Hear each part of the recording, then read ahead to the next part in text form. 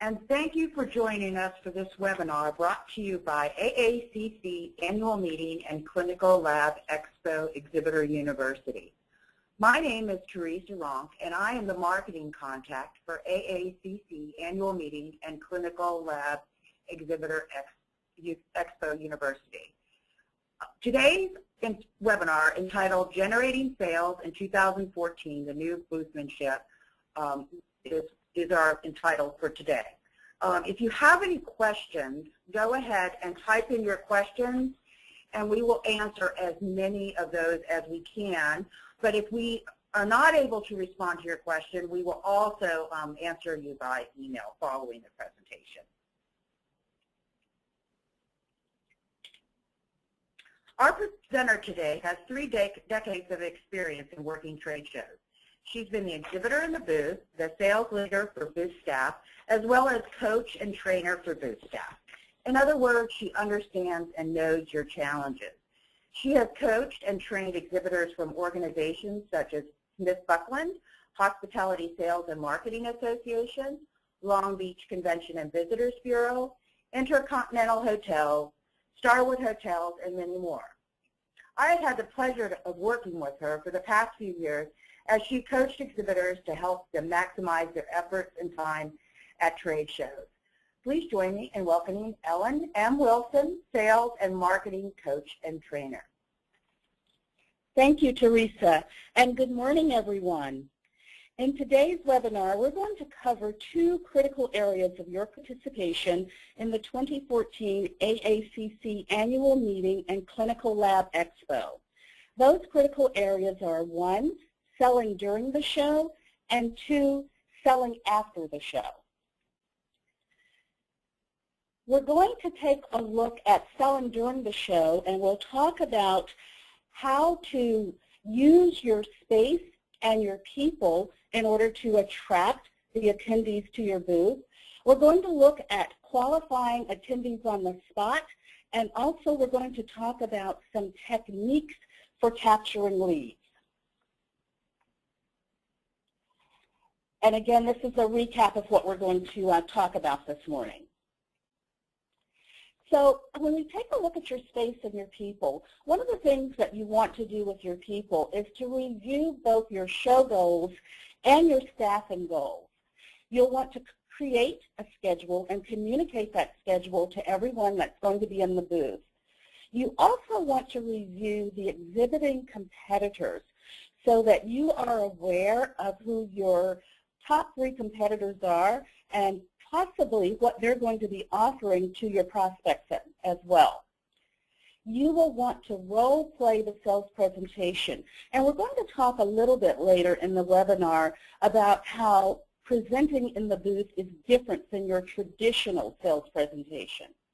You want to make sure that you hold your salespeople accountable for generating leads and or sales. At the end of the day, what are they going to be measured on? And you certainly want to train them on whatever systems you're going to use for capturing leads. Now, this is pretty basic information, and we talked about this in the very first webinar, creating your sales and marketing plan, but I think it bears repeating that in the booth, you certainly don't want to have your people smoking, eating, or chewing gum. And I can see some of you probably rolling your eyes right now, but I will tell you that after 3 decades of working exhibit booths and walking an exhibit floor, we still see these things going on. The attendees are also watching to see if these things are going on because they use it as a measure of the level of your professionalism. So you want to make sure that you're sending the right people. You know, we tend to think that the most successful salesperson should go to a trade show, and that's not necessarily true because your most successful salesperson may be perfect in one-on-one presentations, but they're not so good when they're in a group. So you want to make sure that the person has the right attitude. They definitely need to be approachable, and they need to be knowledgeable both about your product and services as well as the competition, as we mentioned before. They should be outgoing and enthusiastic, and they have to be a good listener. I know you've heard the old adage that we have 2 ears and 1 mouth for a reason.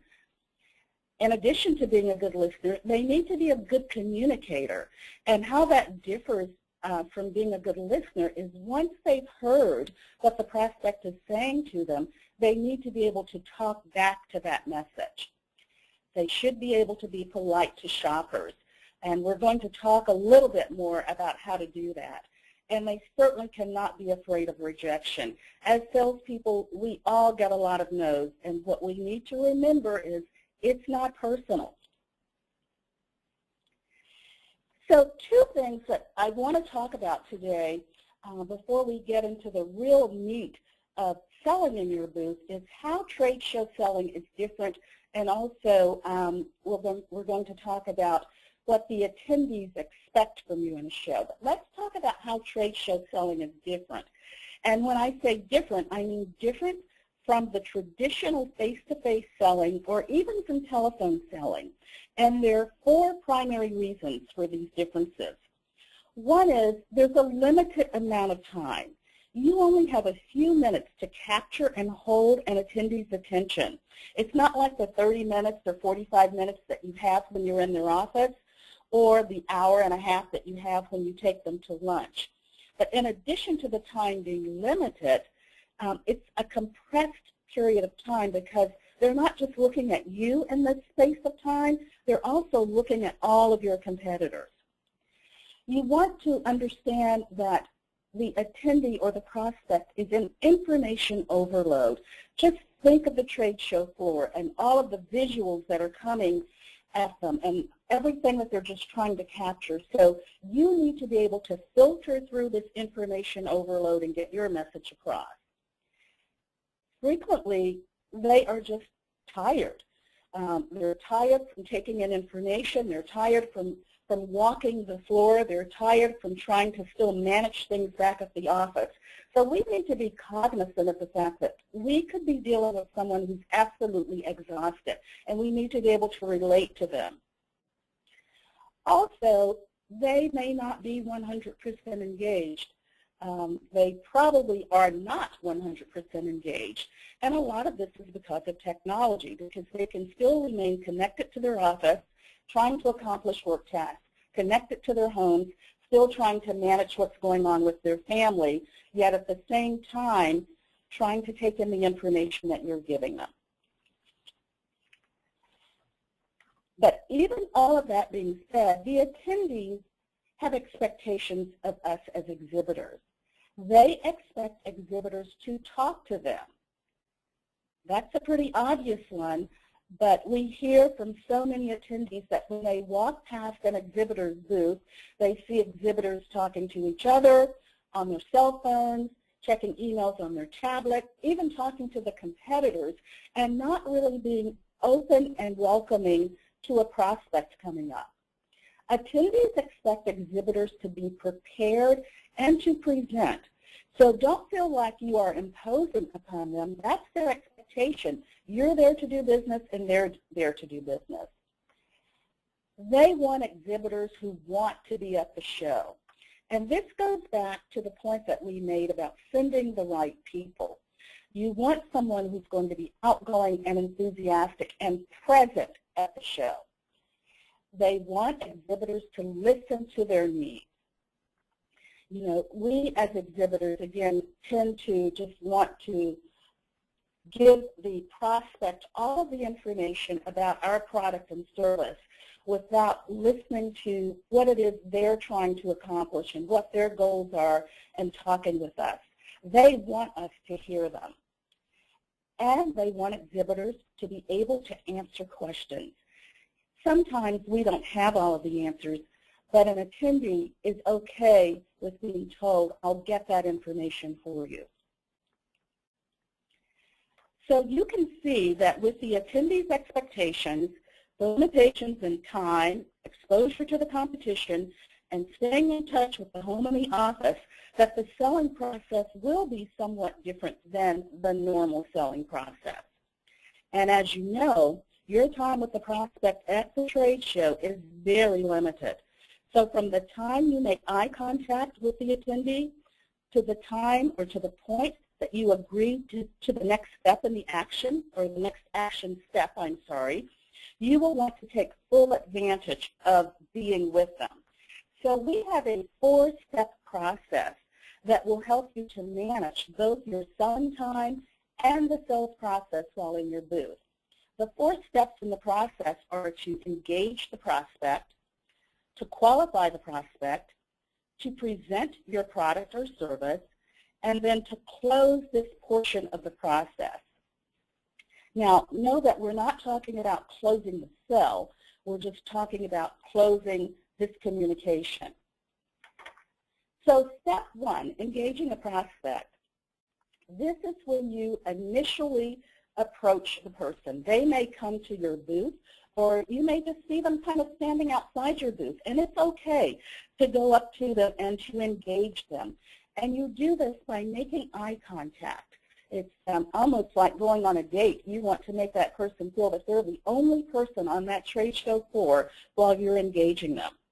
And as you make eye contact with the prospect, look for something that you can discuss with them. For example, you could look at their name tag and say, "Hello, Teresa," because their name is there, of course. "What products and services are you looking for today?" Or you could say to them, "Hi, Teresa, how are you familiar with our company?" Did you notice that neither of those questions required a yes or no answer? Because if you ask a closed-ended question, you're going to get yes or no. So it's better to ask something that allows them to explore and talk a little more. Also, how you proceed from that point will be determined by how they answer the question. This whole process that we just talked about will probably take from 30 seconds to a minute. I would recommend that you have a prepared list of questions and that you practice those questions ahead of time. You should have at least 3 engagement questions for this initial part of your contact with the prospect.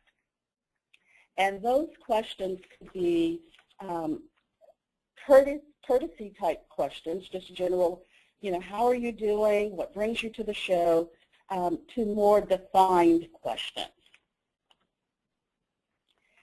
So once you've engaged the customer or the prospect, you're now going to go on to qualify them. And you can mark the transition from engagement to the qualification process by shifting the types of questions that you ask. Here's where you're going to try to get more information to help you decide whether or not this is someone that you should continue to talk to during your trade show time, if you're going to need to make a presentation while they're there in the booth. So some questions that you could start with, again, would be, why are you looking at a different type of product? When are you looking to make a change? What is the price point you're considering? And then how involved are you yourself in the buying process? If you determine that the prospect is a good match for your company, you will probably want to ask a few more questions to determine their needs. When will you use the product differently than you're currently using the matching product? What are you looking for in a vendor? And then what is your buying process? Again, we've asked them how involved they are, but now we're saying, what is your buying process and what is the timeline? Essentially, what you're doing in this step is determining if the prospect meets your definition of a qualified prospect, and if they do, what aspects of your product or service will you present to them? This step, number 2, qualifying the prospect, will probably take you about 2 to 5 minutes. So then we'll go to step 3, presenting your product and service. We get so excited when we're in front of a prospect, especially one that we've now qualified and we have deemed that they're a hot prospect, that we just want to tell them everything. And this is not the time to do this. This is not the time to show them how much we know about our company or our product or our service. Rather, what we want to do is to recap our understanding of their needs and then to show them a direct link to our product and service to their needs. And if we need to get more information, we'll ask them more questions.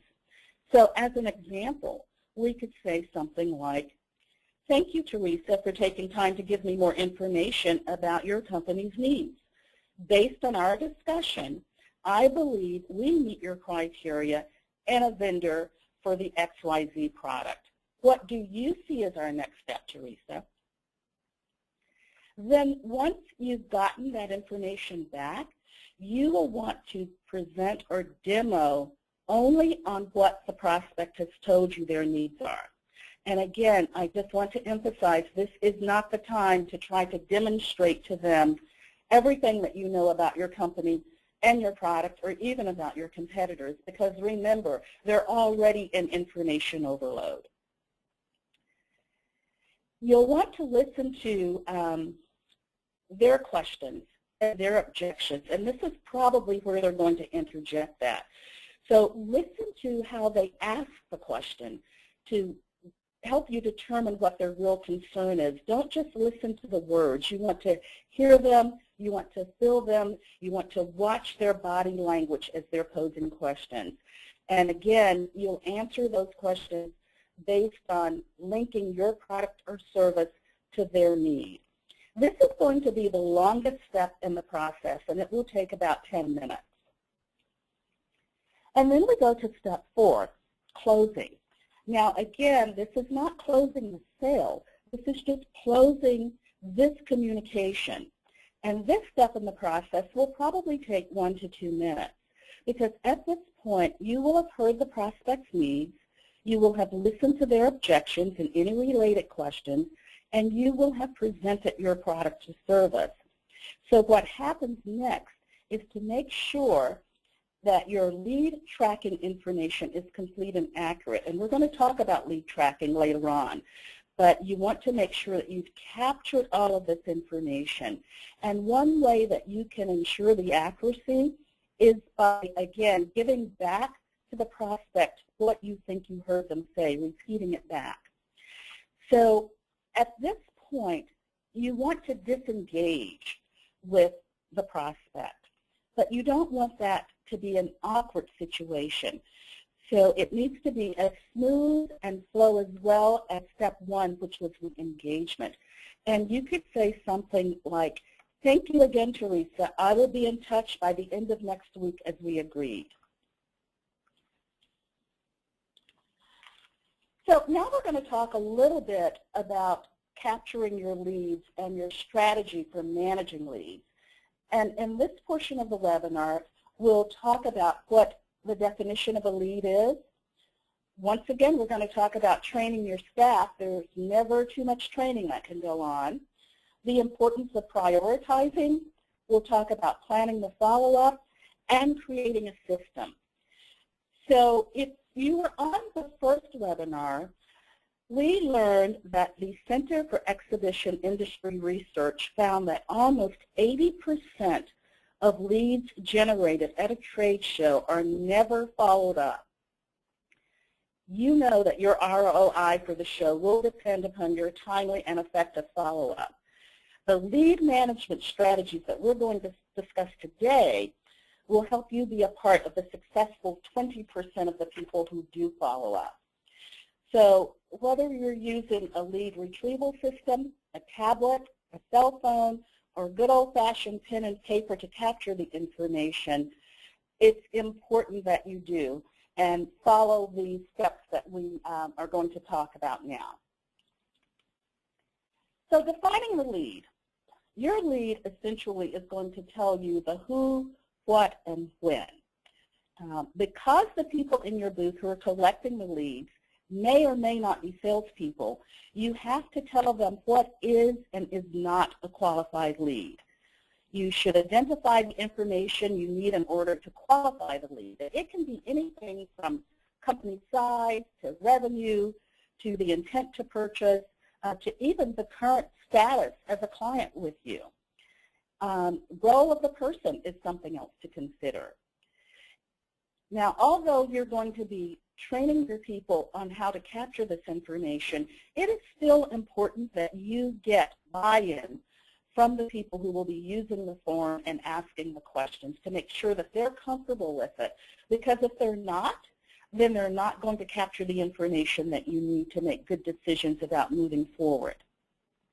Again, in the first webinar that we had, when you created your sales and marketing strategy, you identified what an ideal lead would look like for your company. So I would encourage you to use that information to design your lead form, because you took a look at what your objectives and your metrics for the show were. You identified your prospects by the role, their role in their organization, and you took a look at what they were going to be looking for, when their decisions were going to be made, and basically what kind of budget they were working with. So we're going to talk about training your staff one more time. After all, I am a trainer, so training is quite important. So you will want to train them to use the lead form, but also to be aware of time limitations. And we talked about that you have a short period of time to engage the customer, ask them the qualifying questions, present your product or service, and then disengage. So make them aware that it's not a luxury period of time that they have to get this information. And you want them to understand the attendees' expectations that we talked about at the top of the webinar, what the attendee is expecting from them. And again, you want to make sure that they present to the prospect's needs and not just give them all of the features of your product or service. One significant portion of your lead management strategy is how are you going to prioritize these leads? Because you're going to have a lot of people come into your booth. They're going to be people who have a serious interest, all the way to people that we refer to as tire kickers. So you want to be able to very quickly identify those qualified leads. So before the show, you and your sales team, meaning the people who are going to be in the booth, will agree to certain rankings. As an example, are you going to rank them A, B, and C, or 1, 2, 3, or 10, 11, 12? Whatever it is, you need to agree to it, and you need to define what those rankings mean. An example of what I'm talking about would be an A ranking could be a CEO. A B ranking could be an admin person who's talking on behalf of their CEO, or maybe that's a C ranking. Regardless of what the rankings are, you need to define them and make sure that everyone is using them consistently.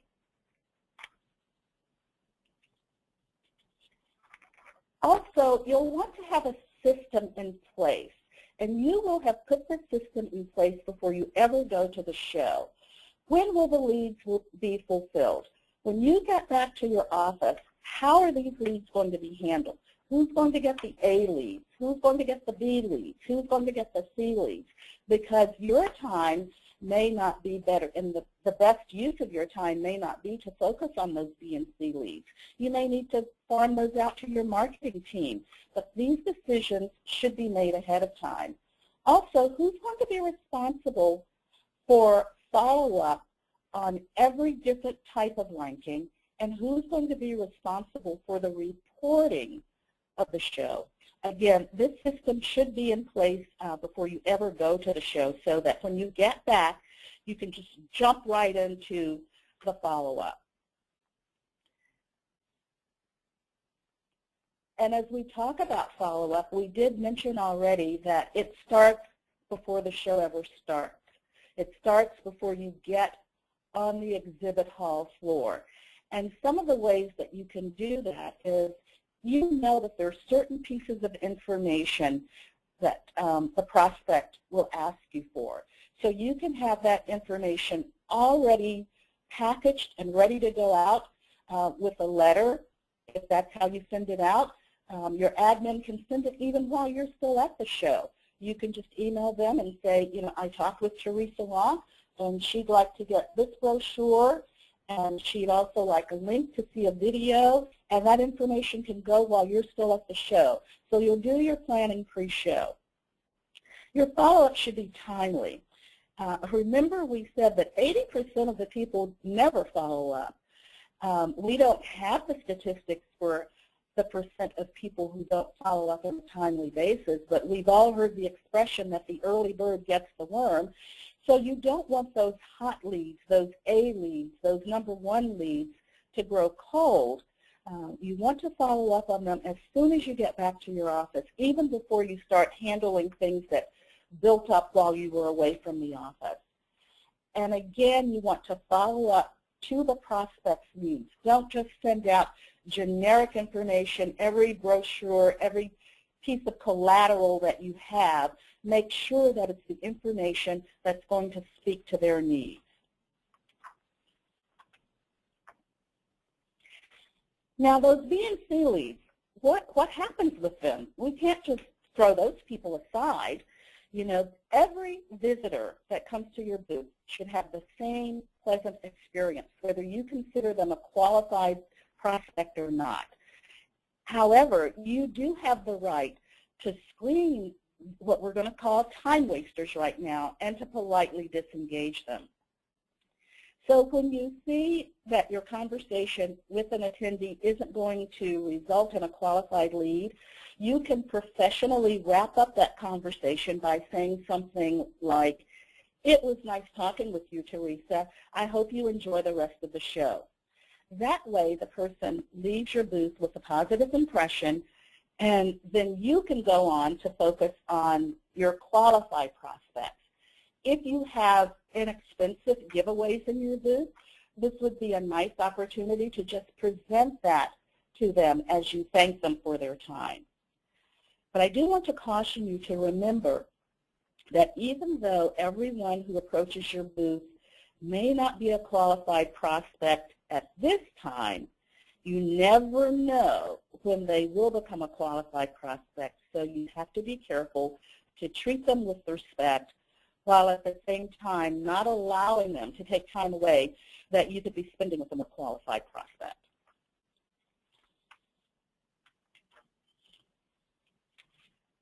So the second most critical part of your trade show selling is selling after the show. And we've talked a little already about prioritizing, and we haven't really talked about time management in detail.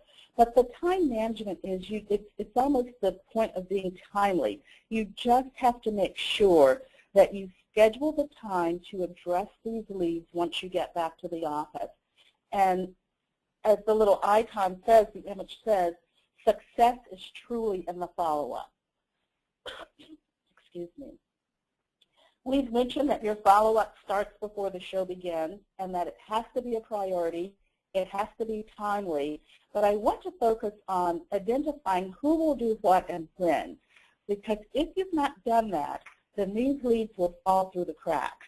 And identifying the who isn't just the who is going to focus on those A leads, but also who's going to focus on those B and C leads, because again, you never know when the tide might turn with those B and C leads and they become an A lead, so you have to have a plan in place for them as well.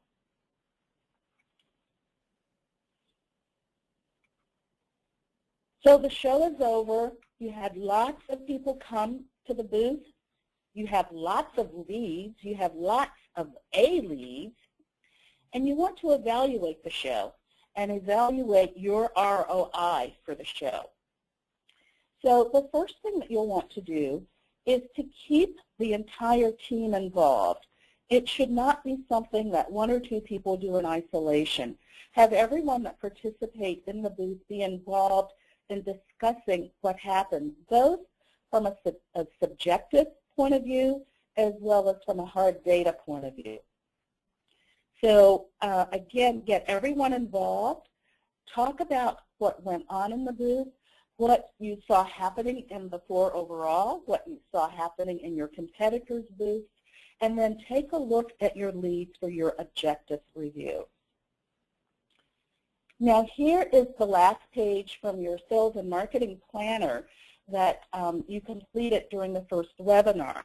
So as you're looking at your ROI, go back and look at what were your objectives.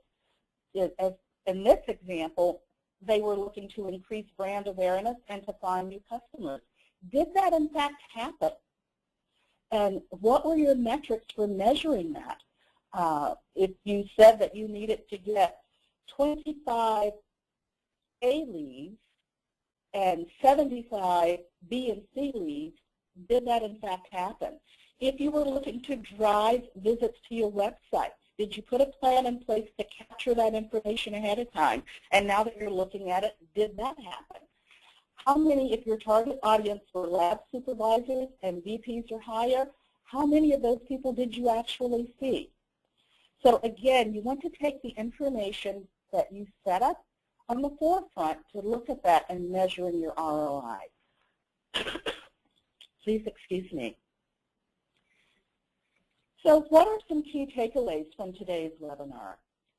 To make sure that you put in your pre-show planning, you can never overplan. So make sure the plan is in place. Train your staff, train your staff, train your staff. Follow the 4-step booth selling process. Make sure that you have a lead management strategy in place, and be in that 20% to follow up.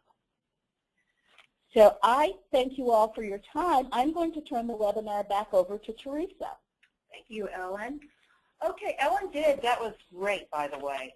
We are going to take some questions, but I do want to make a point here that Ellen referred to the Sales and Marketing Planner in a webinar that she did. It was actually the first webinar of the series back in December on creating your sales and marketing strategic plan. We do have this webinar if you didn't catch it, or if you just want to go back to it and refresh. We do have that webinar posted on the website for Exhibitor University, as well as that template that Ellen referred to in her last slide. Okay, so we do have a few minutes for questions, and we have a couple questions here, and if you have not written down your question, go ahead and type it in at this time. Okay, our first question is, Ellen, I feel like some people are intimidated by suits. Any suggestion on booth attire? I would suggest that you use your model for when you're in the office. And you're exactly right. Some folks are intimidated by suits. So you want to take a look at how would you dress in your office, because your booth is your office away from the office. It's just an extension. One thing that I would suggest to you, and I know that a lot of people like to wear a unified look. They will all dress in maybe polo shirts and khaki slacks or something. If you're going to create that type of uniform, take into consideration every person that's in your booth and their body types, and make sure that you're going to have attire that they're comfortable in. Because if your people are not comfortable in how they're dressed and how they look, that's going to come across. But I would just say that however you normally dress in your office, that would probably be the way that you would want to dress in your booth. Okay, great. The next question is, do you recommend any particular format for capturing leads? Pardon me. I don't have a particular format that I would recommend. It's going to depend upon your organization and your organization's capabilities. And what I mean by that is, if all of your people in the booth have tablets, then you could easily create a form that's on the tablet and they can complete the information with that. Also, some people just prefer to use a clipboard with paper and pen. They find that easier to do and not as intrusive, if you will, than using a tablet or a cell phone. Some people still feel that you are doing something other than your quote-unquote work when you're on your tablet or cell phone. But I think it depends on the technological capabilities of your organization and what your own preferences are. Great. All right, Ellen. Our next question is, what should I do if a B prospect wants to continue talking? That's always a tough one because, again, you know, you could leave that exhibit hall floor and within a week that B prospect could could become an A prospect for several reasons. Things change within their organization, or they change jobs and they go to another organization that has an immediate need for your product or services. So what I would do, if they want to continue talking and you've already identified that they're a B prospect, I would come up with some more qualifying questions. And I think it's perfectly okay to even ask them, do you see yourself using our product in the next 45 days or whatever a reasonable time limit is? And that may help them realize that maybe they're not your A prospect right now. Another way to handle them would be if you have a number of people that are in your booth before the show, you may have one person who's established as the contact for your quote-unquote B or C leads. And you may say to them, you know, Teresa would be happy to continue this conversation with you, Mrs. Smith, so I'm going to introduce you to her and then take the person over to someone else. And again, we're doing this very graciously so that we do not offend and we're still showing respect for them. Okay, well, it doesn't look like we have any more questions at this time. As always, we are here to help, so if you do think of some other questions, I'll be happy to pass it off to Ellen and get the answer back for you. So you can just email me or any of the other people on our team. So thank you, Ellen. And thank you, Teresa, and thank you all. Yes, thank you, everybody, for joining us, and enjoy your day. Goodbye.